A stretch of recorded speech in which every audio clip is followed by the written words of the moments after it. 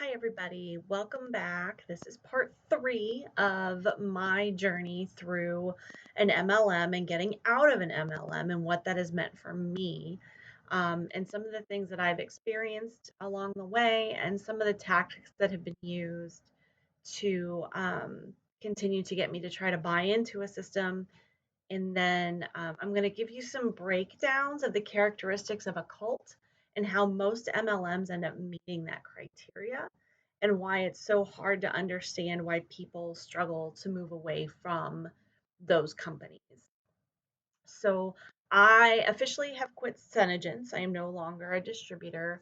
Um, I made the final call. So around November, December of last year, I had said that I was going to stay on as a distributor just to get my personal discount on the products. Because there are some products that I've liked and I have used. And like I think I said in my last video, I'm going to use them until they're gone because I spent a lot of money on them and I like some of them. So I'm going to use them until they're gone. And that's one of the things that happens when people quit MLMs is they tend to just kind of purge all of their things that they got in the process of that because of the pain and the anger and the hurt. And I recognize that that would just be a poor investment of my money that they've already stolen from me. So I'm just going to go ahead and use the products, but I'm not going to buy anymore. Part of what made me decide that I wasn't even going to do that was I saw a disclosure statement of some of the political donations that the CEO and her husband of SeneGence have made. And I'm disgusted. I'm disgusted at how the government that we have in the United States supports and protects the MLM industry because of the lobbying groups that are so powerful and give so much money to campaigns, and especially to the people who sit on the budgeting committee for the FTC. So, in addition to the large contributions that the CEO and her husband were making to political candidates that don't align with my personal values and beliefs, and I have a problem with that. In addition to supporting continued MLM people, the government has an issue in that area. They are protecting them. So I went ahead and said, no more. I'm no longer even going to buy for the discounts. I'm done because I'm done. Um, so one of the things that I think is really interesting, and I shared this in the last video, is that the woman who recruited me, she likes to talk a lot about how she, in joining this new MLM that she has joined, that she has been able to retire from her full-time gig and retire her husband and live exclusively off of her income from this MLM. Now, this is a tactic that the MLM does on purpose. They want you to put all your eggs in their basket so you become dependent upon them. So if you experience initial success, it makes a lot of sense. I'm just going to quit all these things, but then I have to just keep doing it and I have to keep producing money for them no matter what it costs me. One of the things that I know is that the line that she uses is a lie. She didn't work full time. She only worked a few days a week, and I know that. I know that for a fact because she was my friend. Retiring her husband, that's not accurate either. Her husband went back to school and got a degree and then couldn't find a job after he was done. And I know that to be a fact. In fact, she just recently posted that now he's looking for work again. And I just want to be like, but I thought you said that he retired and he didn't need to work anymore because your income was just that great. Um, the promoting this lifestyle, this super cheery lifestyle that doesn't exist. It's impossible to earn those trips. It's impossible to earn the car. It's impossible to do all of that unless you are willing to sacrifice other people and the constant stream of recruits that have to come in underneath you. It is constant work. There's no freedom if you're working from your phone. That means that you're working even when you're on vacation, right? So one of the things that SeneGence would have us do is put the lip sense on our hands, like different colors, and they called it stripes. And they called when you went out wowing because you could show people how the lipstick doesn't move, it doesn't come off your hands, it's just right there. What it looked like was that I never washed my hands. It was, yeah, it just looked like I never washed my hands. And a lot of people would ask me if I'd just been to Sephora and was swatching lipsticks. And I'm like, no, no, haven't been to Sephora. That's not a thing. I don't go to Sephora. It's just not who I am, right? But that was how they would get identified, right? So you could identify another lip sense girl was because she had the stripes on her hands and you'd show people and all this stuff, right? So you're sleeping, eating, breathing, living this lifestyle even when you don't want to be, right? On top of it, yes, and I admit I bought the bag that had slots in it so you could see some of the product and I would take it out with me when I go shopping. I never once sold a product because I had it in my purse, other than to somebody that I knew. Never once did a stranger buy anything from me because I carried a purse that displayed all of my goods. Not a thing that ever happened. Never. Not a thing. I would have people say, "Oh, that's really pretty. Those colors are really pretty," but nobody ever bought anything from me. And that's the reality of it, is that this wowing doesn't always work unless you're super aggressive. And I'm not super aggressive, as I've talked about before. It just doesn't feel comfortable to me. So now I'm going to talk to you about the characteristics of what makes a cult, and I'm going to tell you how most MLMs fit this, and specifically from my experience, the things that SeneGence does to kind of fit this model. So the first piece that makes something cult or cult-like is an excessively zealous and unquestioning commitment to the leader.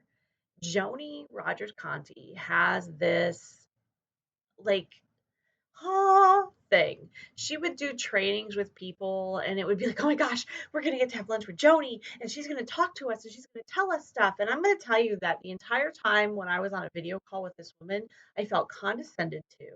I felt like she really didn't care. She's like putting on her her powder during the thing, and like the powder product from SeneGence is the worst product they sell, just so you know. Like honestly, there's a lot of bad products that they sell. There's some good ones, like I said, but the bad ones, the powder is the worst because the applicator brush ends up leaving little brush bristles all over your face all the time. The brush completely falls apart. It's the worst product, the worst designed applicator. It's terrible. And she's just doing that the entire time, 3 or 4 times. I'm like, why do you have to put powder on 3 or 4 times in the course of an hour conversation? Um, I felt like it was just kind of a thing, like, oh, you're in my presence, so you should just be grateful. And everybody posts about Joni and talking about Joni and thanks Joni and da da da da da da da. And she's like got this cult like status, right? We got to meet Joni. One of the things she does with leadership is she always has dinner with them at all the events that you just paid thousands of dollars to go to. Like they always have their events in Tulsa too, because that's where the company started. And I'm going to tell you that if I'm going to spend thousands of dollars of my own money to go to a training, I'm probably going to want to go to the Caribbean. I'm not going to want to go to Oklahoma. I'm sure Oklahoma is beautiful. It's just not my bag, right? Like that's not my idea of a vacation, but that's okay. The next piece that makes something a cult is questioning, doubt, and dissent are discouraged and punished. And this happened a lot. I would ask questions. I would have people say, oh, well, the product burns. And I'd be told, oh, they just need to drink more water. Or they're not putting it on right. Or they need to put on more gloss. Not, like they might have a hormonal thing that's going on with their skin or anything that would have to do with the product being bad. It would be, oh, well, they're just not doing it right. On top of it, when I would ask questions about why do I have to recruit? Why do I have to do this? It was like, because you need to, because it's great. You want to bless other people with this opportunity, don't you? You don't want to be selfish and keep it to yourself, do you? It just, there's a lot of things that would happen that just, you're not allowed to ask questions and you're not allowed to, at least disparaging questions. But that's true of a lot of MLMs, right? You're not allowed to express doubt. Like, I don't think this is right for me. Oh, it's great. You just need to work harder, those kind of things. Leadership dictates how members are to think, act, and feel. This is commonly seen in scripted Facebook posts in the groups. In fact, my last upline even had an app that would feed into your Facebook group and post for you, and it's all the scripted material. So it all looks the same and sounds the same. It looks the same and sounds the same, and just recycled over and over again. The same memes are recycled over and over again. In fact, my original upline would just post into my group everything at one point, all the pictures, all the stock photos, everything you're supposed to do and use, right? Um, on top of it, um, there's these long lists of rules and compliance that you say you're going to sign up for. and take care, and then you'll meet. So like at one point in time, SeneGence had a real problem keeping inventory in place. They were selling more than they could produce. So during that time frame, women were allowed to swap colors. So if I had something you needed, we could swap. We could swap products, right? As long as it was equal value, we could swap products. They put a kibosh on that very quickly after they started not running out of inventory. Like you're not allowed to swap. You're not allowed to trade. Real businesses don't trade amongst each other. We're not real businesses. We're all salespeople working for one business. Like, come on now. It was just a way to make you have to buy more products, right? So, like, I don't care that you're inventory heavy. You need to order everything from us, and you can't trade amongst each other because that's just not fair. And a real business wouldn't do that, right? Again, more ways to get more money into their pockets and to take it out of their distributorship. And that's what makes it a pyramid scheme, is that all the money comes from the bottom up, right? Everybody at the bottom is funding the people at the top. And that's why there's constantly people in and out, in and out, in and out, revolving door, in and out. And all those people that are in and out at the bottom are made to feel like they're doing something wrong because they're just not doing it right. Instead of understanding that the system is set up for them to fail and that it's only meant to protect the people at the very tippy top, right? That's a thing. The other thing that would happen is that at SeneGence, there were two ways that you could express your Sena self. One of them was wearing a whole lot of leopard and cheetah print. They're all about the leopard print. The other is they took like a royal blue color and dubbed it Sena blue. So you could wear your Sena blue and show that you're all about that Sena life, right? Dictating. Then they came out with a line of clothing that I don't think anybody ever bought. They bought this line of clothing. Oh my god, it's terrible. It's some of the ugliest clothes I've ever seen in my life. It's terrible. It's so gross. So like again, cult like behavior. Wear your blue, wear your cheetah, wear your stripes so that everybody can identify you as a SeneGence girl, right? And all of the things. All the hashtags are always the same. They dictate how you feel by pumping up new product every month, like different colors, limited edition things, and then they sell out really quick. And then at the end of the month, they just happen to be able to burst out another release of that color or product so that you go buy it more of it, right? They control with FOMO, that fear of missing out. And I want that color. I want that color. So I want to make sure I get it. And I'm going to order 3 or 4 more because I'm going to be able to sell that color. Guess what? You don't. They sit. Because the problem with the limited edition products is that people don't want to like them because they can't get them again later. They want the ones that are always in the full catalog, right? I don't like to go to a store and have gotten hooked on a product and then see that it's out of stock or they no longer sell it, right? They don't do that.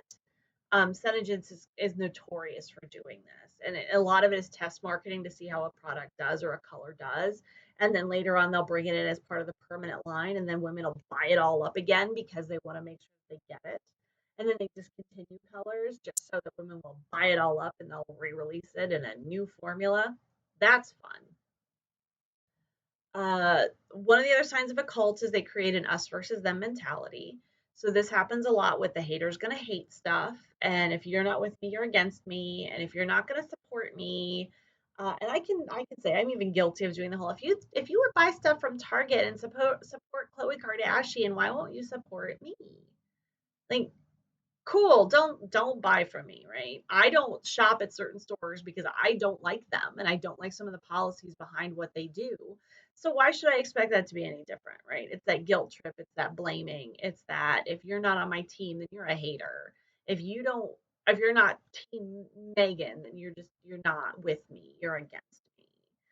And the same thing with other MLMs, right? Like other MLMs are just terrible. And my MLM isn't like that. And my MLM does stuff differently. And they would never scam people out of their money. And the products are totally worth the 50% markup that happens so that they can pay all the commissions of the thousands of people above me, right? That $10 can strainer is really only worth 50 cents. But they're going to charge you $10 because you have all these commissions that have to be paid for, all these free trips that have to be paid for. It's all built into the cost of the product, and that's why the products are always overinflated and why When an MLM starts in another country, they are able to sell the same product for cheaper. Go figure, right? It's a thing that happens. Leadership uses guilt or shame in order to control people through peer pressure or persuasion.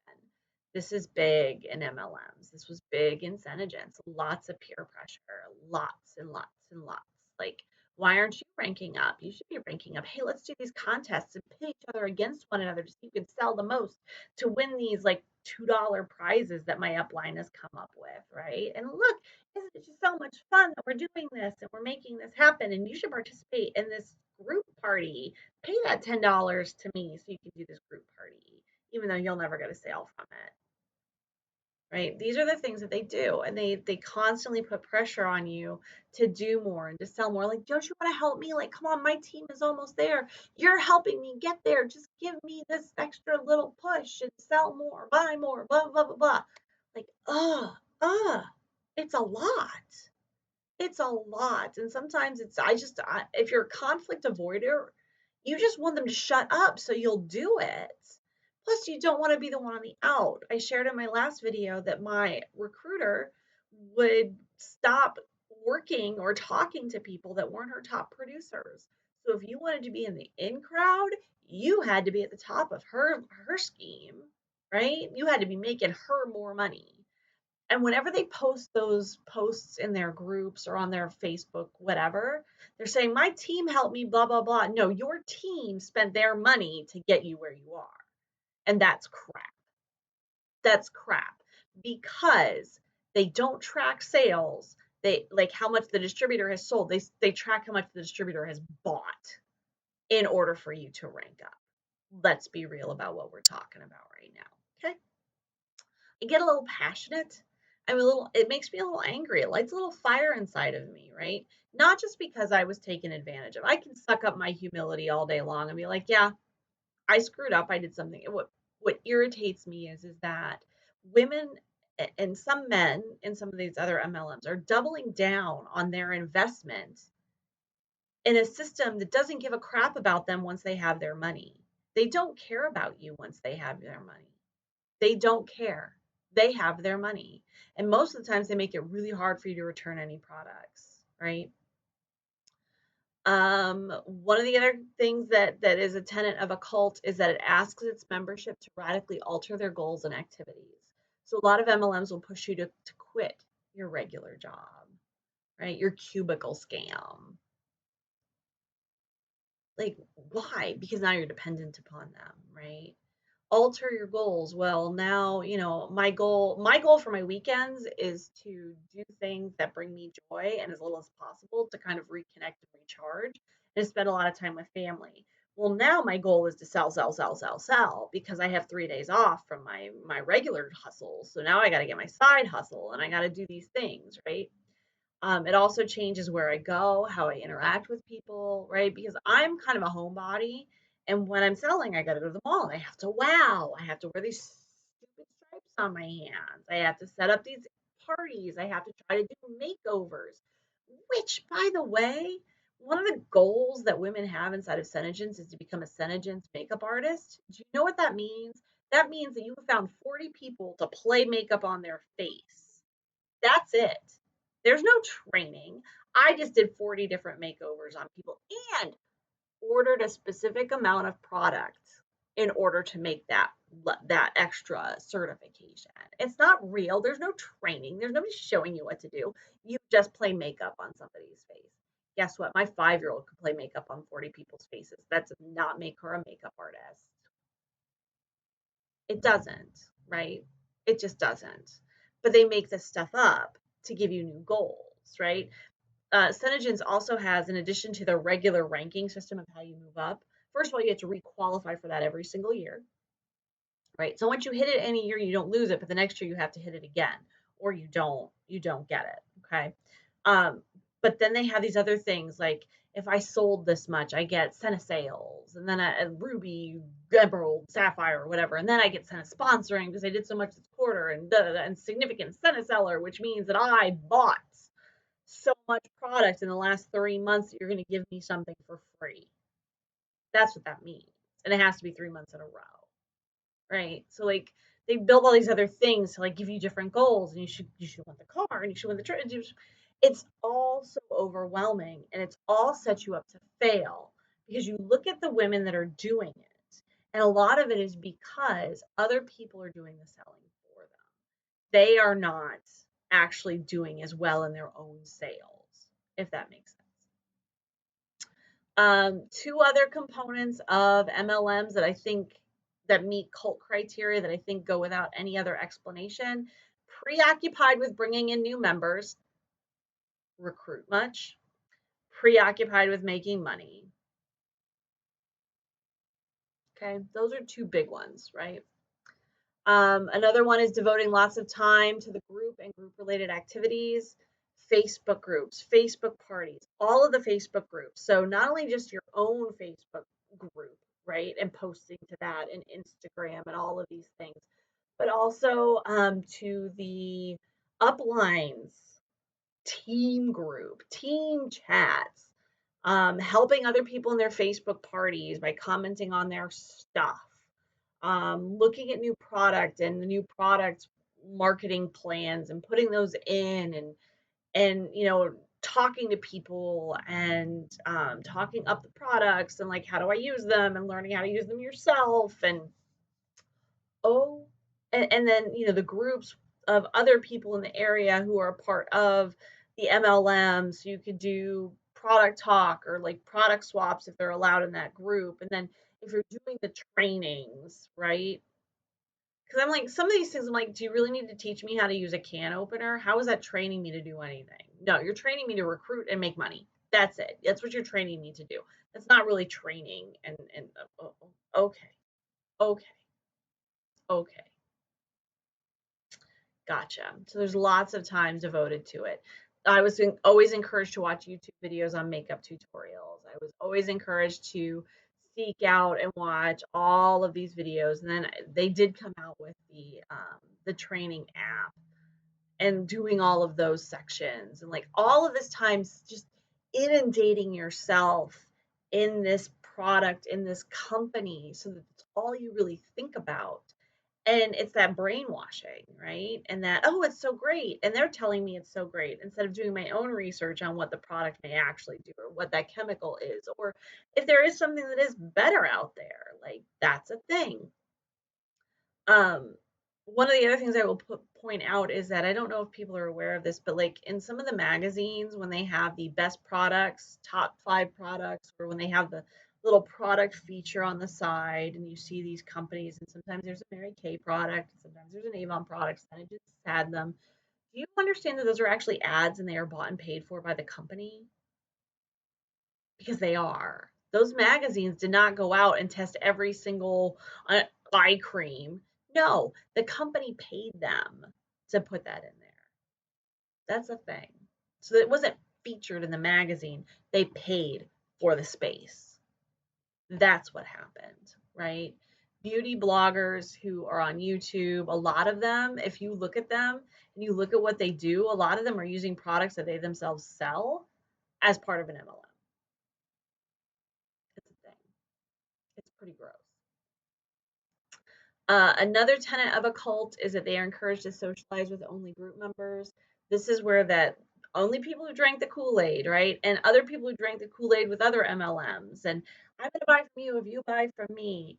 What's fun is that I've always been the hey, I'm going to support people type of person. And I would support my friends who were doing other MLMs because I just did. None of them, for the most part, ever supported me. I actually had one friend, a very personal friend of mine that I've known for years, who kept saying she was going to buy from me, kept saying she was going to buy from me. I hosted a very terrible Facebook party for her. She did none of the work on it, and all she did was just get my invitees to add to her VIP group and all this stuff, and like nothing ever happened, right? Um, I knew her personally. She kept saying she was going to buy from me. She put in an order, never paid the invoice.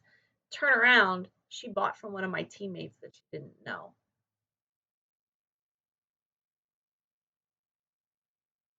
Yeah, she bought from one of my teammates that she didn't even know, and she refused to buy from me because she figured I was just a lock. because I was already her friend and she knows the type of person I am. That's how that worked, right? There is no loyalty.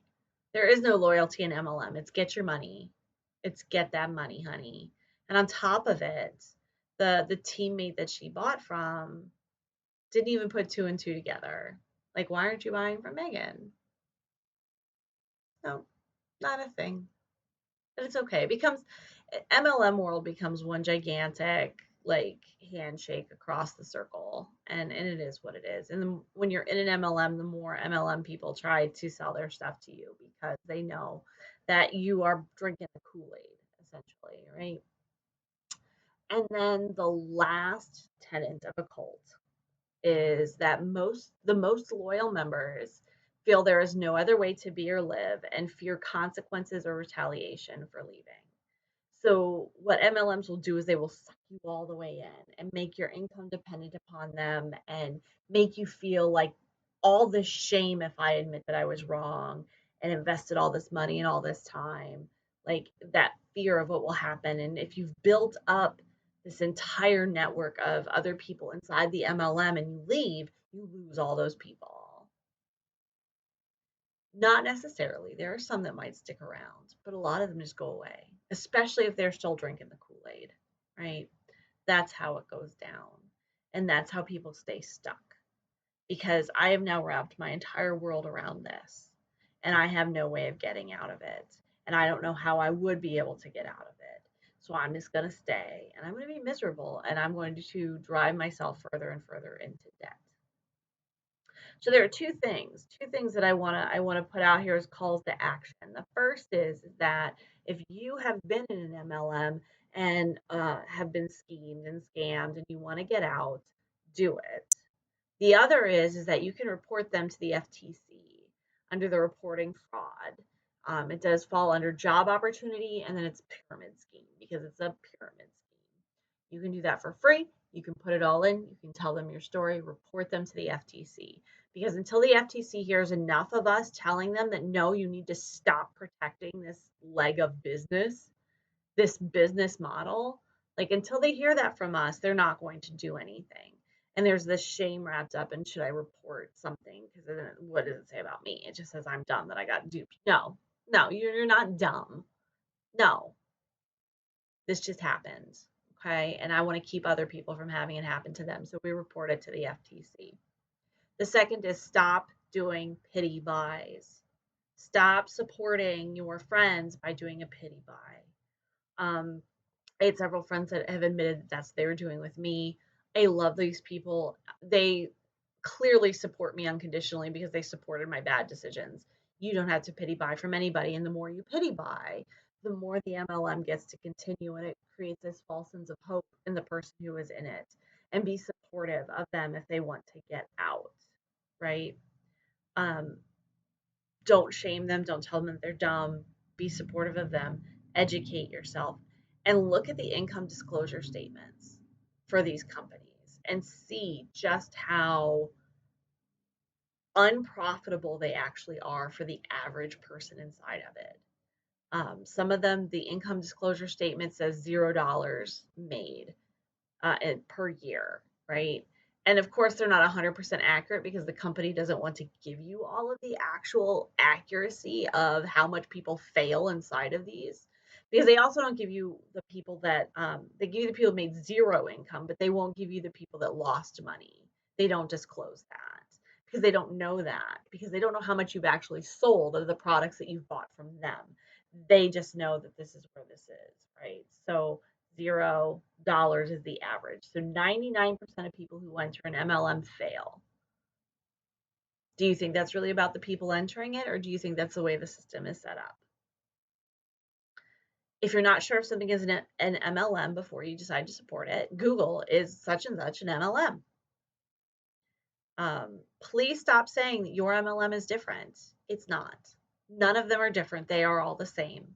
The bells and whistles may look different, but the end result is the same. The business model is predatory and it hurts people. It does not help support Susan send her child to dance lessons or her son to hockey lessons and teams. It sucks her money out of her family.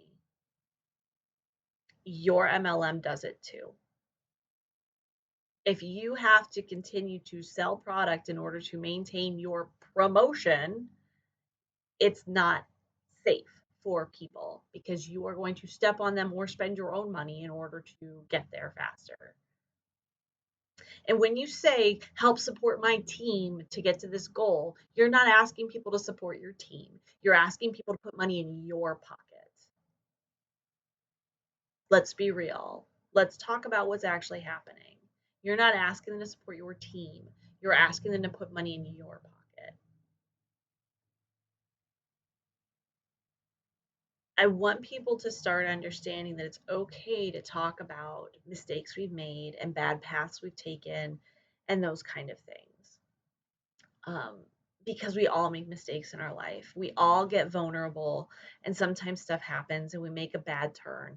I fully admit that I am an impulsive individual, and when I get to certain places with my fear based life and I have a lot of anxiety in different ways, I get impulsive. I do. I've learned to curb that over time and understand it and see where it's coming from. And I've spent a lot of time working on that. But every once in a while, stuff slips in and I'll do something super impulsive. And I'm like, yeah, I probably shouldn't have done that. And I'm okay to admit that. I'm sorry for what I said when I was a hun.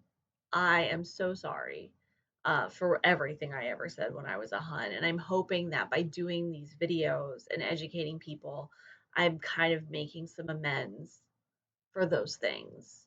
And I don't ever want to be that person again. Um, I hope you got something out of listening to me. If you did, cool. If you didn't, cool. Share with the people that you think need to hear the series. Check out some anti MLM podcasts. One of my favorite ones is The Dream. The first season talks all about the history of multi-level marketing and how it came to be and its ties to the government and how the government protects it. And she does a really great job on a deep dive. It's the first season of The Dream. And then there is a newer podcast that has just started called Life After MLM. It's done by a woman named Roberta Blevins, and she is a former LuLaRoe consultant. And she talks about her experience getting out, talks to other people about their experience getting out, and does a lot of education about how this has impacted people and what we can do to help them. Um, I really, really thank you for watching and listening, and stay safe and don't get scammed.